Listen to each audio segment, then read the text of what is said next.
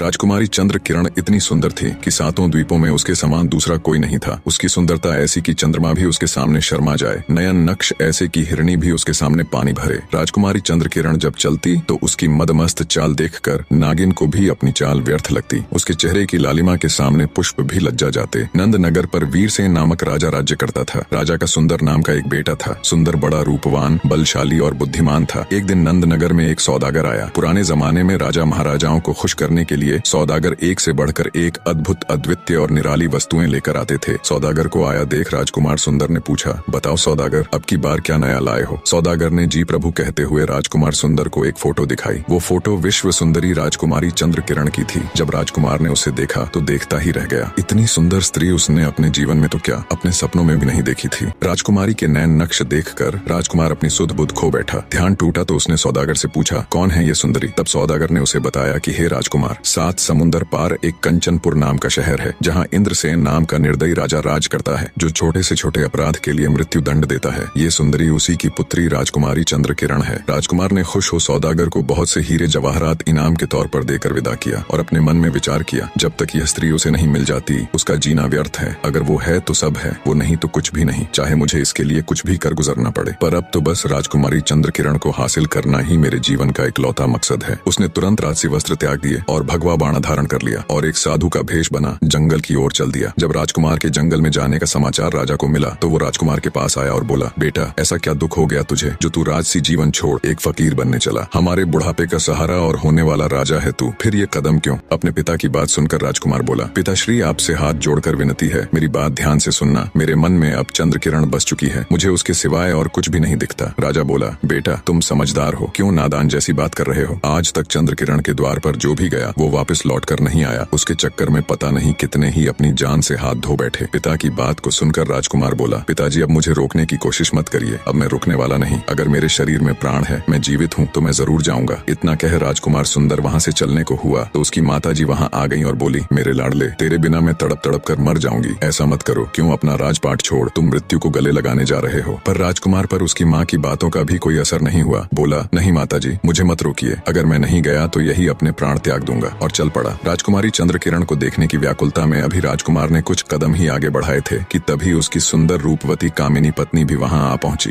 रानी ने दोहा कहा, पास तेरे कामिनी खड़ी, कर 16 श्रृंगार, छोड़ चले मझधार में, कहाँ मुझे भरतार। अर्थात इतनी सुंदर पत्नी होते हुए भी मुझे ऐसे छोड़कर क्यों जा रहे हो? राजकुमार सुंदर ने भी दोहे के रूप में कहा, रानी, मन धीरज धरो, मति दिल करो उदास, चंद रोज के बीच में लौट आऊं तेरे पास। अर्थात उदास मत हो रानी, थोड़े दिन में वापस तेरे पास आ जाऊंगा। इतना कह राजकुमार सुंदर वहाँ से चल पड़ा। सुंदर की बात सुनकर रानी गश खाकर जमीन पर गिर पड़ी, परंतु सुंदर बिल्कुल प्रभावित न हुआ। वह सबसे प्रेम नाथे तोड़कर वन की ओर रवाना हुआ। उसे तो अब बस राजकुमारी चंद्र किरण की लगन लगी हुई थी। काफी दिन यात्रा करने के पश्चात राजकुमार सुंदर कंचनपुर जा पहुंचा और राजकुमारी के महल के सामने आसन जमा कर बैठ गया। संयोगवश एक दिन राजकुमारी जब महल की खिड़की में खड़ी थी तो उसकी दृष्टि उस जोगी बने सुंदर पर पड़ी। राजकुमार सुंदर तो बावला हुआ, पता नहीं कितने दिन से इसी पल के इंतजार में वहीं टकटकी लगाए देख रहा था। राजकुमारी चंद्र किरण ने जैसे ही राजकुमार सुंदर को देखा, वो भी उस हट्टे कट्टे शरीर वाले सुंदर नौजवान की आशिक हो गई और कहने लगी, हे योगी, तुम कौन हो और ऐसा क्या कारण रहा कि तुमने भरी जवानी में अपने देश और गृहस्थ जीवन को छोड़कर ये भगवा बाणा पहना और जोगी बन गए? राजकुमार सुंदर ने राजकुमारी का प्रत्युत्तर देते हुए कहा, हे विश्व सुंदरी, नजर कर तू मेरी तरफ है प्यारी, मोहब्बत तेरी मेरे दिल में है भारी, तेरा हुस्न मशहूर है हर जहां, तुझे जाने आलम सभी चाह रहा, ये है पूरब से आया अब खाकसार, मेरा नाम आशिक है ए गुल अनार, तेरा हुस्न यहाँ खींच लाया मुझे, जब से तेरा नाम और फोटो दिखा मुझे। आगे राजकुमार सुंदर कहता है, ए हुस्न की मल्लिका, जब से तेरा नाम मैंने सुना है तब से मेरा चैन और सुकून सब छिन गया है, अगर तू मुझे नहीं मिली तो मेरा जीना बेकार है। चंद्र किरण राजकुमार की बात सुन बोली, योगी, तेरा रूप देखकर तो मेरा दिल भी हिलोरे मार तेरे लिए धड़क रहा है, पर मुझे अफसोस इस बात का है कि औरों की तरह कहीं तुझे भी अपने प्राणों से हाथ न धोना पड़े। राजकुमारी चंद्र किरण की बात सुन राजकुमार सुंदर ने दोहा कहा, होना होगा सो होवेगा, इसमें नहीं अंदेश। प्रिय, तेरे कारण तजा मैंने राज और देश, अर्थात अब जो होगा देखा जाएगा। तुम्हारे लिए तो मैं अपना राज्यपाट और देश तक छोड़ आया हूँ। राजकुमार सुंदर की बात सुनकर चंद्र किरण बोली, ऐ जोगी, मेरे प्रेम में तेरे प्राणों का भी खतरा है, क्योंकि जो भी मुझसे प्रेम करता है मेरे पिता उसको मरवा देते हैं या फिर उसे सदा के लिए कैद कर लेते हैं। अब भी उनकी कैद में बहुत से व्यक्ति पड़े सड़ रहे हैं, इसलिए उचित यही है कि तू अपने देश वापस चला जा, मेरे प्रेम के चक्कर में फंसकर अपने प्राण मत गवा। ये सुनकर श्याम सुंदर ने उत्तर दिया, तेरा इश्क मुझको लाया यहाँ, भला आप कहो तुम मैं जाऊँ कहाँ? ये डर अपने दिल में लाता नहीं, बिना लिए तुझको मैं जाता नहीं। दोहा कह श्याम सुंदर बोला, ए राजकुमारी, मेरी परेशानी को थोड़ा ध्यान से देखो, तुम्हारे प्यार की खातिर मैं मुश्किलों से लड़ते हुए बर्बाद हालत में तुम्हारे पास पहुंचा हूँ। यह सुन चंद्रकिरण ने खिड़की से एक रस्सी डाली, जिस पर चढ़कर खुश होता हुआ राजकुमार सुंदर राजकुमारी के महल में प्रवेश कर गया। उसे अपनी किस्मत पर नाज हो रहा था। राजकुमार के ऊपर आते ही चंद्रकिरण उसके गले में बाहें डालकर कहने लगी, ए हसीन नौजवान, तुझसे पहले भी पता नहीं कितने ही मेरे आशिक आए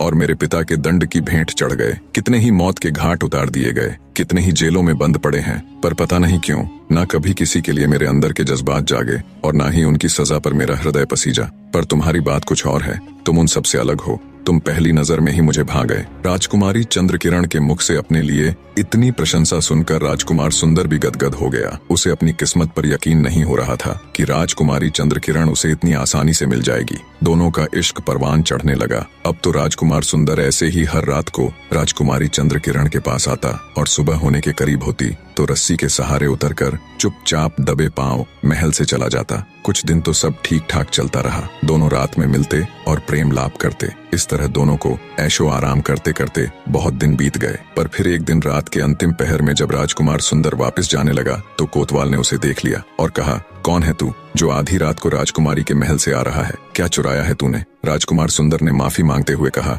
नहीं कोतवाल साहब, मैं कोई चोर नहीं हूँ। पर कोतवाल पर उसकी बातों का कोई असर नहीं हुआ और तुरंत सिपाहियों को बुला उसे पकड़वा दिया और कहा, ले जाओ इस बदमाश को, इसने सारी प्रजा को परेशान कर रखा है। सुबह हुई तो राजकुमार सुंदर को राजा के सामने राज दरबार में पेश किया गया। कोतवाल ने राजा से कहा, महाराज, यह बहुत बड़ा चोर है। रात यह महल में चोरी करने गया था। जब यह उतर कर जा रहा था तो मैंने इसे पकड़ लिया। राजा ने कोतवाल को शाबाशी देते हुए उसकी तारीफ की। फिर सिपाहियों को आदेश दिया, ले जाओ इस बदमाश को और बंद कर दो सबसे अंधेरे वाले कमरे में, और सुबह शाम इसको खाने की बजाय 50-50 कोड़े मारे जाएं। राजा का आदेश सुन तुरंत सिपाही राजकुमार सुंदर को पकड़ ले गए। जब यह बात चंद्रकिरण को पता लगी कि उसके प्रेमी को राजा ने कैद कर लिया है और राजा ने सख्त सजा की आज्ञा दी है तो वह बेहोश होकर गिर पड़ी। राजकुमारी चंद्रकिरण को जब होश आया तब विलाप करते हुए कहने लगी, हाय मेरे दुराचारी निर्दयी पिता ने मेरे प्राणों से भी प्यारे साजन को कैद कर लिया है। बिना मेरे साजन के ये नीरस जिंदगी मुझे भी नहीं जीनी। मैं आग में कूद कर अपने प्राण त्याग दूंगी। जब दासी ने राजकुमारी चंद्रकिरण के मुख से ये बात सुनी तो वो घबरा गई और उसको धीरज धरने के लिए कहने लगी। तब चंद्रकिरण बोली, हे सखी, मैं किस प्रकार धीरज धरूं? मुझे पिया के बिना कुछ भी अच्छा नहीं लगता। इस प्रकार चंद्रकिरण हर समय राजकुमार श्याम सुंदर के विरह में व्याकुल होकर रोती रहती। अब मैं यहाँ का किस्सा समाप्त करके राजकुमार श्याम सुंदर की पहली पत्नी का हाल बताता हूँ। रानी भी अपने पति के विरह में बुरी तरह व्याकुल रहती थी और अपना एक एक दिन राजकुमार सुंदर के इंतजार में काट रही थी। एक दिन की बात है कि रानी अपनी चित्रसारी में सो रही थी कि अचानक उसने एक सपना देखा कि एक बच्चा रानी से कह रहा है, रानी, तेरा पति श्याम सुंदर कंचनपुर में कैद हो गया है। ये स्वप्न देखकर रानी एकदम चौंक कर उठकर बैठ गई और व्याकुल होकर चिल्ला चिल्ला कर रोने लगी। हाय,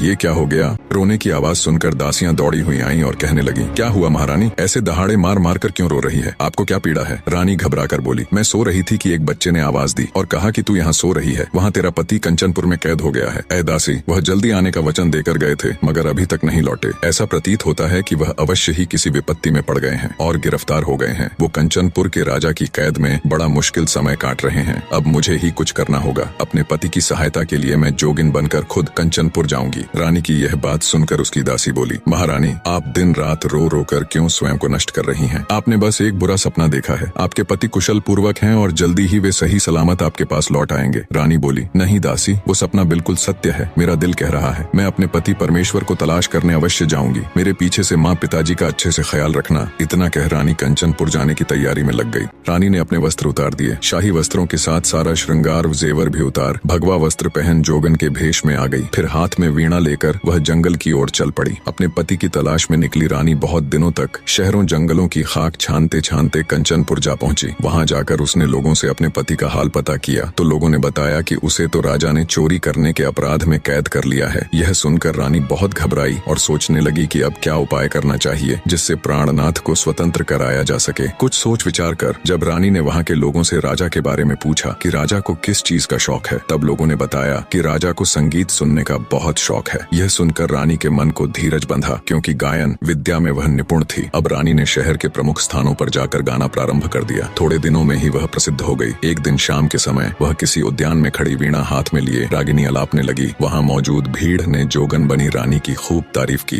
जोगन जहाँ भी जाती उसकी मधुर वाणी और सुंदर शायरी से लोगों की भीड़ जमा हो जाती। लोग उसकी गायन विद्या की तारीफ करते नहीं थकते। उड़ते उड़ते जोगन की प्रशंसा राजा के कानों तक भी जा पहुंची। राजा ने उसी समय चौबदार को आज्ञा दी कि नगर के उद्यान में जो जोगन ठहरी हुई है उसे सम्मान पूर्वक हमारी सभा में ले आओ। चौबदार तुरंत जोगन बनी रानी के पास जा पहुंचा और हाथ जोड़कर कहा, ए जोगिन, राजा जी ने आपको याद किया है, कृपया मेरे साथ राज दरबार चलिए। रानी बोली, ए चौबदार, हमें राजा के दरबार से क्या काम, हम तो मन के मौजी हैं, जहाँ इच्छा होती है वहीं जमावड़ा डाल लेते हैं। जिस स्थान पर हम आसन जमा कर बैठ जाते हैं हमें तो वही स्थान राज दरबार प्रतीत होता है। जोगिन की बात सुनकर चौबदार बोला, जोगिन जी, आपको तो ऐसा ज्ञान प्राप्त है कि लाखों राजा महाराजा आपकी सेवा में खड़े रहें, लेकिन फिर भी यह आपका धर्म है कि जो व्यक्ति आपसे हरिगुण सुनना चाहे उसे सुना दो। रानी तो चाहती ही ये थी, यही तो शुरू से उसकी योजना थी। सो जोगिन चलने को तैयार हो गई। जब रानी चौबदार के साथ राजा के महल में गई तो उसे देखकर सब लोग सम्मानार्थ खड़े हो गए। उसके दरबार में आते ही सन्नाटा छा गया। नौकरों ने उसे मृगछाला सान दिया। तब राजा ने हाथ जोड़कर कहा, ए जोगिनी, तुम कौन हो और कहाँ से आई हो? तब जोगिनी बोली, हम पर्वतों और रत्नों की भूमि में रहकर दिन रात ओम का नाम जपकर सादगी से भरा जीवन जीते हैं, उसी में हमें खुशी मिलती है। राजा बोला, ठीक है जोगिनी, तो अपने मुख से हरि का कुछ गुणगान कीजिए, यही हम सबकी अभिलाषा है। तब जोगिन ने यह राग गाया, ये जो गति हमें भाया है, छोड़ दिया माल खजाना हीरा मोती लुटाया है, फेंक फांक के शाल दुशाले जग से चित्त उठाया है, इश्क फंद में छोड़ कानन कुल माशूक बनाया है, धीरज धर्म सब छोड़ दिया जब मजा फकीरी पाया है, जंगल में अब रहता है दिल बस्ती से घबराया है, चाक गिरेबा करके अपना आहें भरना चाहा है, रतन लाल अब इश्क रैन दिन सब ये खेल खिलाया है। जोगिन बनी रानी की ये रागिनी सुन पूरी सभा तालियों की गड़गड़ाहट से गूंज उठी। राजा भी अपना आसन छोड़ खड़ा हो रानी की इस अद्भुत रागिनी को अपनी तालियों के साथ सम्मान देता है। राजा की खुशी देख रानी को अपना मकसद पूरा होता हुआ दिखता है। जोगिन का राग सुन राजा खुश हो जोगिन से कहता है, जोगिन, तुम्हारा राग सुनकर बेहद खुशी हुई। बहुत दिनों के बाद मेरा दिल इतना खुश हुआ है। मांगो जो भी तुम मांगना चाहो, आज मेरा हृदय बहुत खुश है। तुम जो भी मांगोगी मैं अवश्य दूंगा। ये सुनकर जोगिन ने कहा, हे राजा, मेरा पति तुम्हारी बेटी चंद्रकिरण के प्रेम में फंसकर यहाँ आया और तुमने उसे कैद कर लिया है। मैं उसको मांगती हूँ कि तुम उसे छोड़ दो और अपनी बेटी चंद्रकिरण की शादी उसके साथ कर दो। राजा वचनबद्ध हो चुका था।